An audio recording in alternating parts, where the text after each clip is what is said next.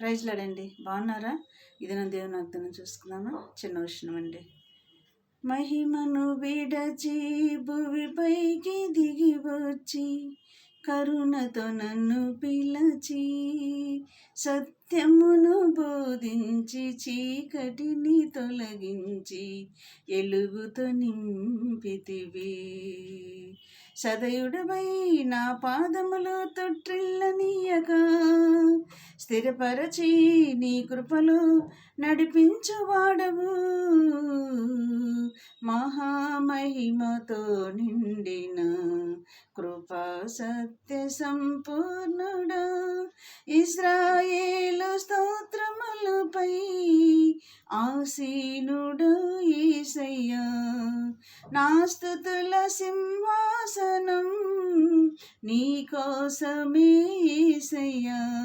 మహామహిమతో నిండిన కృపా సత్య సంపూర్ణుడా. ఇది నా వాగ్దానం. కీర్తనల గ్రంథం అండి. ఇది మనం చూసుకుందామండి. యెహోవా యందు భయభక్తులు గలవాడు ఇలాగూ ఆశీర్వదించబడును. సియోనుల నుండి యెహోవా నిన్ను ఆశీర్వదించునుగాక అని దేవుడు ఇక్కడ మనతో మాట్లాడుతున్నాడండి. ఈ దినము నీ జీవిత కాలమంతయు యెరూషలేమునకు క్షేమము కలుగుట చూసెదవు, నీ పిల్లలను నీవు చూసెదవు అని ఈ దినము మనకు దేవుడు వాగ్దానం ఇచ్చాడండి. మంచి వాగ్దానం. మరి ఇజ్రాయేల్ మీద సమాధానము ఉండునుగాక. సమాధానం ఇచ్చే దేవుడు, మరి ఐక్యతనిచ్చే దేవుడు, ప్రేమనిచ్చే దేవుడు, అన్నీ కూడా ఆయన స్వాధీనంలో ఉన్నాయి. ఆయన తెలుసుకుంటే మనకి ఏదైనా ఇయ్యగలడు. అదే చెప్తున్నాడు ఇక్కడ. నీ పిల్లలను నువ్వు చూసేదవు అని అంటున్నాడు. మరి యెహోవా యందు భయభక్తులు గలవారు ఇలాగున ఆశీర్వదించబడును. సియోనుల నుండి యెహోవా నిన్ను ఆశీర్వదించునుగాక. ఆమేన్.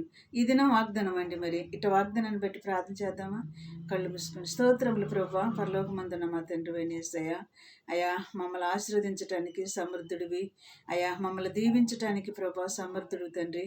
మా నాయన నీ ఆశీర్వాదములు, నీ దయాకిరీటం మా మీద ఉంచి అయ్యా, మా పిల్లలు మేము చూసుటకు నీ కృప దయచేయమని నజరేయుడైన యేసుక్రీస్తు నామములో అడిగి వేడుకొంచున్నాను నా పరలోకమందున్న తండ్రి.